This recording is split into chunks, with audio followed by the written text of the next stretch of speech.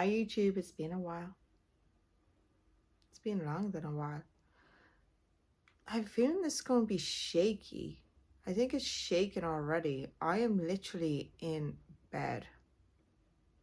Now, I'll do a bit of a backstory to that one. There's a reason why I'm in bed.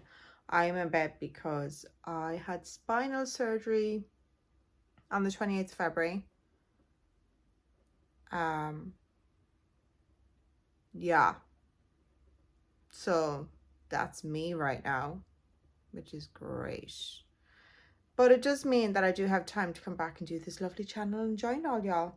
So I have been away. I haven't been doing any of this for quite some time. I think it's over a year since I last uploaded. But in my defense, I started a full-time job. I was doing 35 to 40 hours a week. Sometimes I would be hitting the 51 mark. And on top of that, I was dealing with excruciating, debilitating back pain. I sometimes could not walk. Sometimes I'd end up in hospital and having to have a spine block. Wow, this is shaky. I'm going to try not to move. But anyway, my pain, my procedure is nothing to do while you guys are here. Y'all can check that up on Instagram on Steven's stories because he has enough for it up. Thank you, baby. I love you. But anyway, let's go back to this. Have any of you guys heard of Jason Corbett? No? Don't know why I expected you guys to answer me as if I'm going to hear you, but no? Okay. Has anybody heard of Molly Martin? Them two got married. That was his second wife. And with that being his second wife, he's now dead. So I'll get into the story of why that happened. This is really bright. Okay, so I am messing this up already. Hold on. Now I'm blue. Now I'm yellow. Now I'm mixture. Oh, okay. That's better. I'm not so blinded now. Take two. I ain't even gonna bother rewinding that. This is me, guys. Anyway, so let's go all the way back. Jason Corbett and his first wife, Mags, who he was madly in love with, had two lovely children, Jack and Sarah. Now, there wasn't many years between them, but when Sarah was only a few months old, tragedy struck in the family and poor Mags died. She had an asthma attack. Now, she was known to have them, but her nebulizer didn't seem to have been working. Well, it worked, but it just didn't work for her. I don't know why I done that, because clearly, yeah, she died. Anyway, it clearly just didn't work for her, and unfortunately, the ambulance didn't get out to her in time. He even tried putting her in the car and driving and meeting the ambulance halfway there. And when they did arrive, she was pronounced dead on the scene. So obviously, a very, very grief-stricken and heartbroken Jason goes back home to Limerick, and he feels like he has to rely on his family. His sister Tracy, who was only more than willing to help. She loved her niece and loved her nephew. But he had to, it's not that he had to, he felt like he was a burden to her. And he didn't want to be putting all that stress on her. She had enough on her plate. She had her, you know, her husband and everything, and he was just like, that's you take care of your family, I'm going to take care of mine, I'm going to hire au pairs, it'll be fine. Anyway, so he went through a few au pairs. Now, the reasons why they didn't really work out was because they were Spanish or Eastern European. There was a massive language barrier, and he just thought, oh, I'm stuck. What am I going to do? But then luck hit him. Luck just hit him. So we thought. He opened up this one email from this nanny company in America, and it was a lovely lady. Shouldn't really say lovely, but anyway. It was a lady. It was a woman. I'm not even going to say lady. No. Y'all find out why. There was a woman called Marley Martins. Now, she was quite young. And she had this glowing CV, resume, whatever you like to call it. She was a qualified Montessori teacher. She had loads of, how can I put it? She has babysat lots of times in her past. She had glowing reviews of all those. She was an Olympic swim medalist. She successfully completed college. She basically, she falsified all that. She had none of that, but it got her to Ireland. It got her to Limerick. Now, she is from Tennessee and Texas. That's somewhere I'd love to go. Anyway, that's where she's from. But anyway, she arrived in Limerick. He just seen this young, tanned, beautiful woman with long, blonde, golden curls. A stunning figure that I want. Stunning figure that any woman would kill to have. And he was like, she speaks English. She is hot. Yeah, okay, let's give this a go. She arrived. She got on with all of his family very, very well, what I believe, from the very start. Yeah, she had this persona about her. She was this laid back, chilled woman. She was brilliant with the children loved her. He got on great with her. In fact, I don't even think 2 weeks passed and they were already in like a sexual relationship that blossomed into an actual proper relationship, which then blossomed into getting married. Now, they got married in 2011. And when they got married, she got very, very homesick. Very homesick. And wants to go back to America. Jason's family started to see like little slips and cracks in her stories, and her behavior kind of changed. She was very manic a lot of the time. She was very on, but with the children, she was amazing.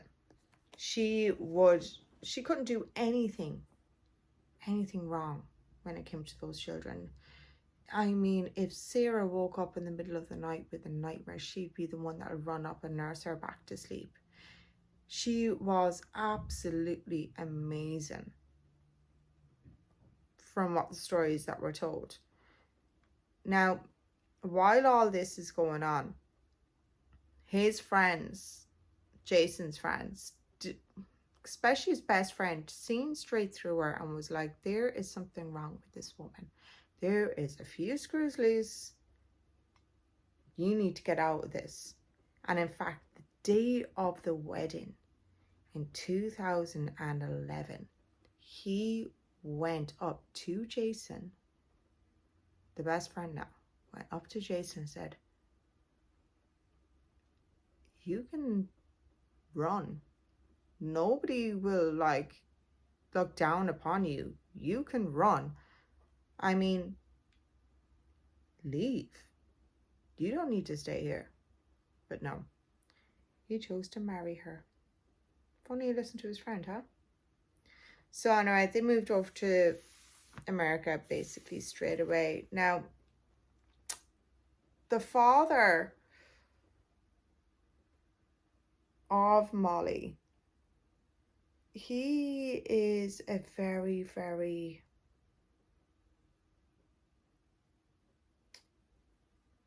weird.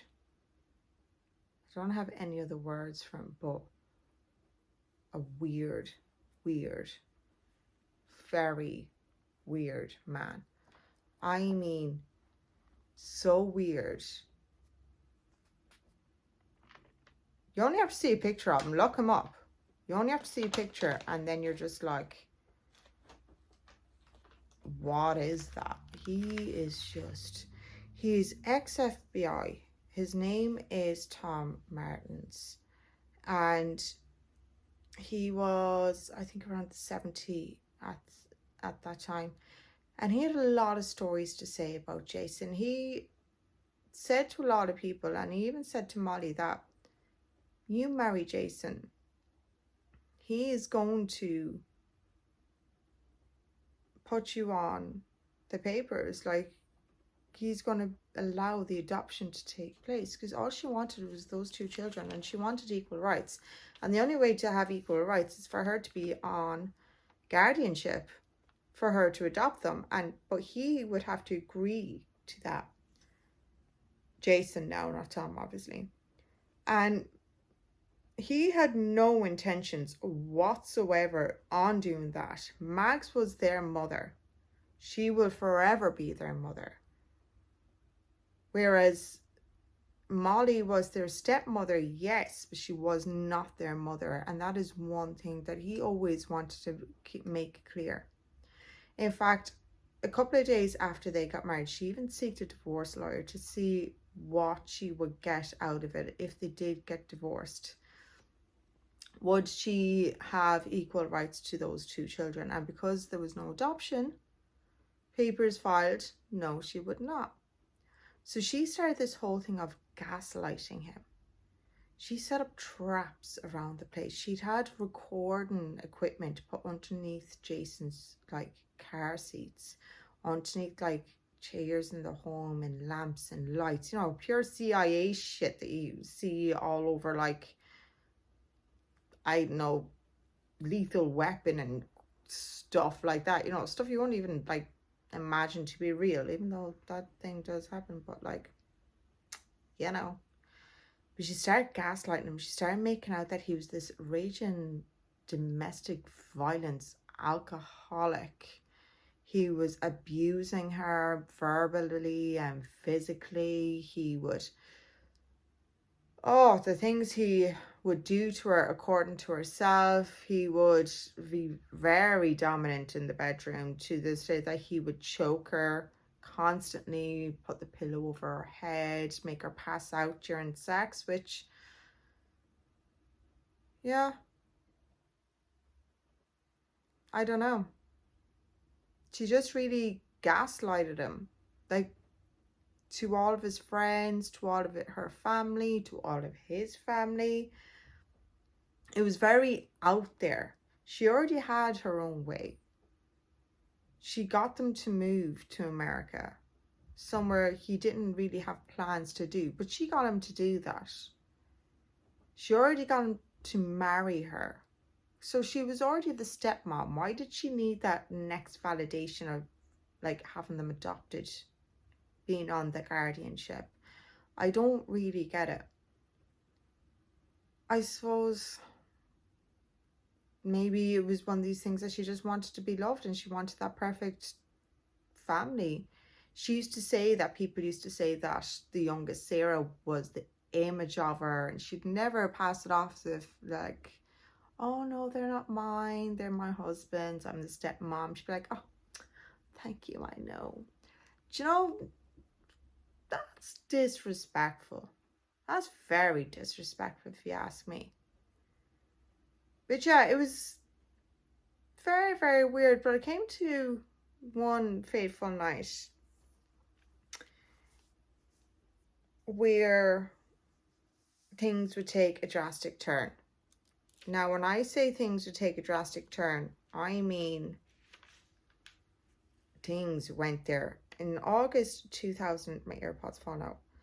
In August 2015, there was at around 3 a.m. in the morning, there was a 911 call from Tom stating that Jason was on the floor. He had attacked them. It was self-defense. And now Jason is on the floor and he thinks he is dead. So, mind you, keep remembering this. Tom is an ex-FBI. He can work this out. He's like 30, 40 years in the surface. I'm pretty sure he'd know how to like get out of a murder charge. Anyway, cops come. They see this bludgeoned man. I mean, his skull was bashed in. There was blood spray patterns all over the place. There was this random brick paving slab covered, destroyed in blood, all in the bedroom. Everywhere. I mean, it looked like somebody got a paintbrush, dipped in red emulsion and just swung it all around the place. It was madness. And when the cops came to escort them all out of the premises, because obviously it is a murder scene, it is now a crime scene. Then it seemed that there was 2 children there. They had to take the children out. They each carried them out. The cops, not Tom and Molly. The cops each carried them out to cover their eyes so they didn't see what was happening. I mean, those poor kids. Let's just take a second here. What would they have heard? Oh my God. Anyway. They look at Tom and they look at Molly and they see no bruising, no scratches, no evidence that he attacked them, but all you could see on them was the blood splatter from Jason. All you could see is Jason's blood splattered all over them. Now, one thing that the cops noticed straight away was Molly kept rubbing her neck like this. But she was doing it and digging her nails in and really rubbing in, making herself red raw. And the cops had to keep saying to her, "Ma'am, stop doing that. We need to take evidence. Stop doing that." She kept doing it. She needed to make herself look like she was marked. So what way do you do it? You will do this. You will do that. You will scratch all around you. You do what you can. You try and get them marks on you. Don't do it in front of cops. But that's what she was doing. Tom was wearing a red t-shirt that night, but you could still see all the stains and the splatter of the red blood from Jason. It was really, really bad. We're going to rewind a little bit onto how Tom actually happened to be there that night. Earlier on that day, the parents arrived. Molly's parents arrived at the house. And usually Jason has a bit of a warning. He usually kind of knows when this is happening. But this time he didn't have a clue. He didn't know. Oh, I nearly knocked the camera off. He didn't know at all that they were arriving. They just shown up and he just done what he always done, doing the gentleman thing, and went to the boot of that car, grabbed their luggage and escorted them to their rooms. Told them where this, that and that is and make yourself at home. They were hanging out all that day. They were chilling. They were watching TV. They were having their catch up. You know, she had her parents there. She was like, Mom, Dad. You know, it was like this family unit. They were playing with their grandkids, step grandkids. And then they decided to have a few drinks that night. Now, I must stress this, Molly was the one that was making those drinks. No one else. So what Molly was doing to those drinks is she was slipping him a bit of a sedative, something that she was prescribed only days before. So this was already premeditated already. She already got her parents to stay. She caused an argument that day actually with Jason over something stupid, but she blew it out of proportion and made it look like he was, again, the abuser. You know, she'd like scream at him, but when people were present, she'd be like, I'm sorry, I'm sorry, I'm sorry. She was very, very good. She got sedatives, spiked his mojitos that he was drinking that night. So he was in a bit of a deep slumber. Now, what they said to the cops that happened that night is that he woke up in a jealous rage because the child, Sarah, had a nightmare and she came downstairs and she wanted to be cuddled back to sleep. And apparently Jason screamed at Jason apparently screamed at Molly and said, she is too old for you to be bringing her up to the bed, laying down beside her. She is old enough now to go back to sleep herself. And she was kind of like, no, Jason, no, she's not too young. You know, really kind of like that whole mollycoddle thing. This is what she says that happened. And apparently he grabbed her by the neck and he started strangling her and choking her. But apparently the noise that they were making woke up Tom. And Tom so happened to have brought a metal baseball bat with him. Like, why? Like, apparently Jason's son didn't play Little League, as far as I'm aware. So why would Tom, I suppose he wants to make him play baseball or something, I don't know. Anyway, he brought up this metal baseball bat because he didn't know what was going on. And he opened the door. He said he's seen Jason had her strangled. And he came up and he hit him. But he didn't hit him hard enough.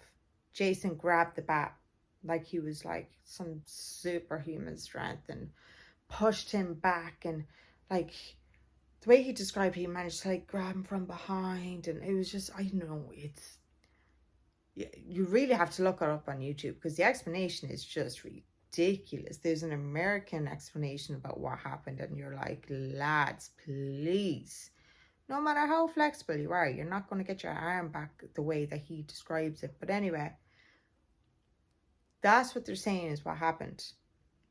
And then they asked about the paving slab and she said that she had a paving slab left beside her bed because she wanted to paint it with the kids the next day, do a bit of arts and crafts. That might have been true, I don't know. People do that. Do people still do that? Why can I do that the odd time? Very, very rarely. But I know, yeah, no, people still do that. People still do that. But she didn't use it for arts and crafts. She used it to bash his skull in. And what they said in the forensics is that they couldn't pinpoint which wound is the one that killed him. There was so many. There was bits of bone, blood, hair, membrane, all engraved in this paving slab alone. Whatever about the titanium bat, like, that paving slab had everything. They had bits of his brain on this. That's how hard she bashed him. But yeah, he was the abuser. No. Turns out he was a gentle giant and he couldn't do enough for her. And she did have mental issues. He tried to help her with these mental issues, but he never really got anywhere, clearly.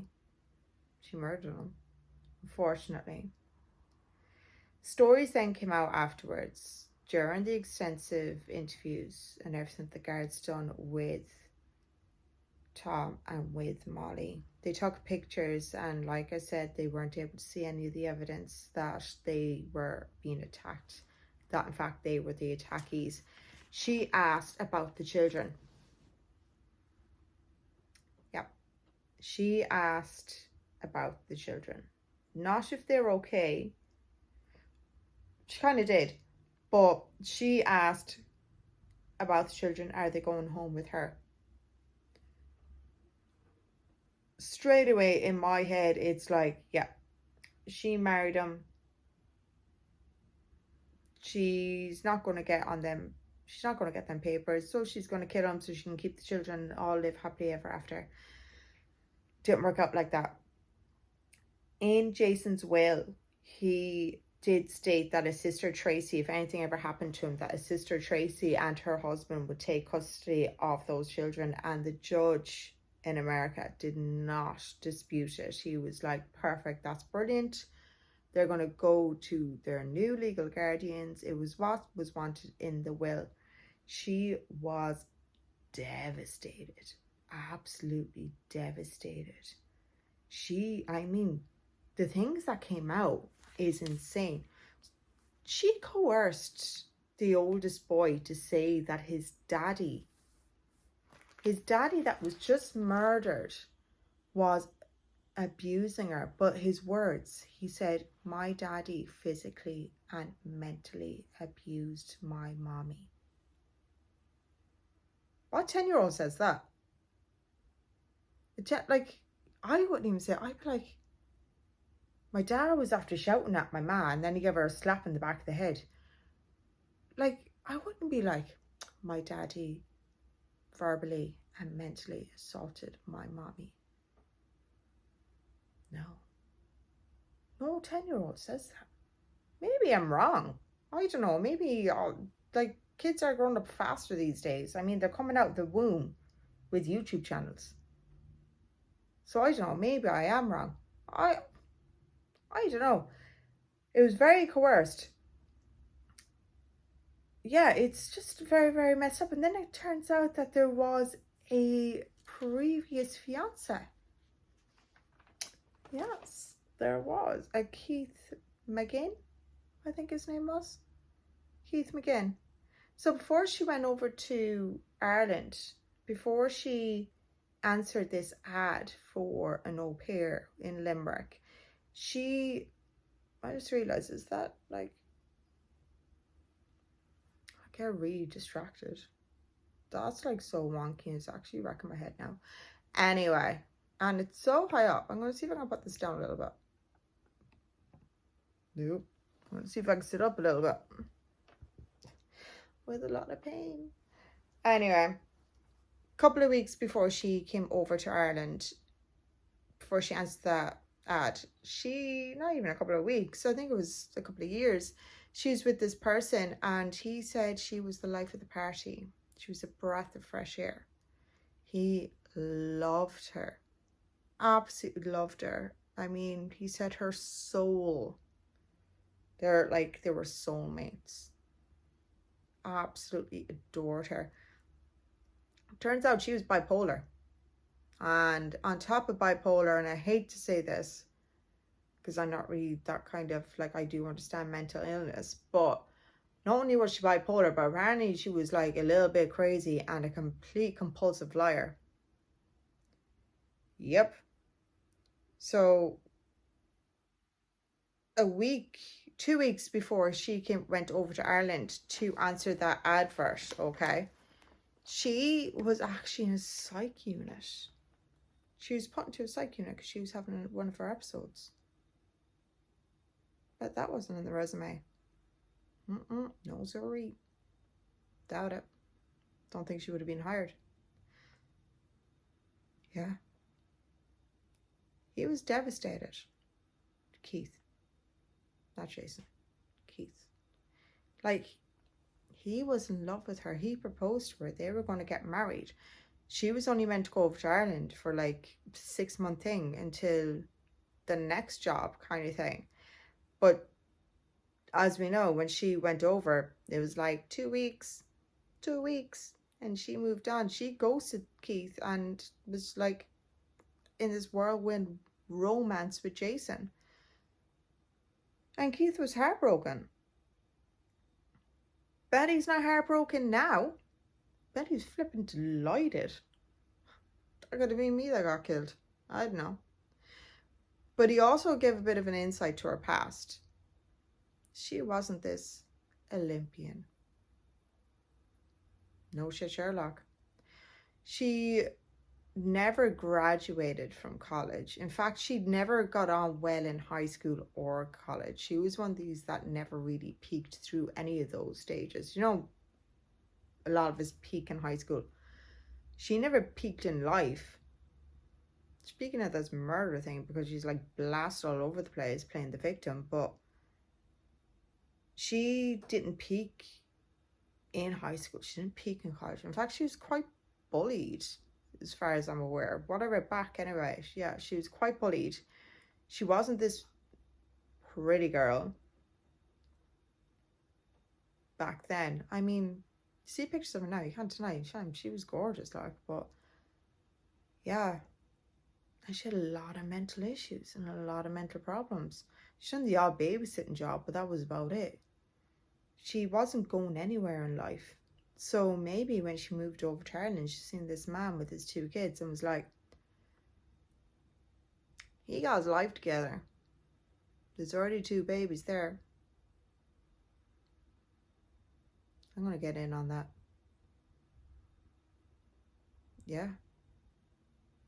That's the only thing I can think of. But it's sad. These 2 little kids now, well, they're not so little now. I mean, this happened a couple of years ago. They haven't got a daddy and they haven't got a mommy. They haven't got a mommy because of a very unfortunate health issue.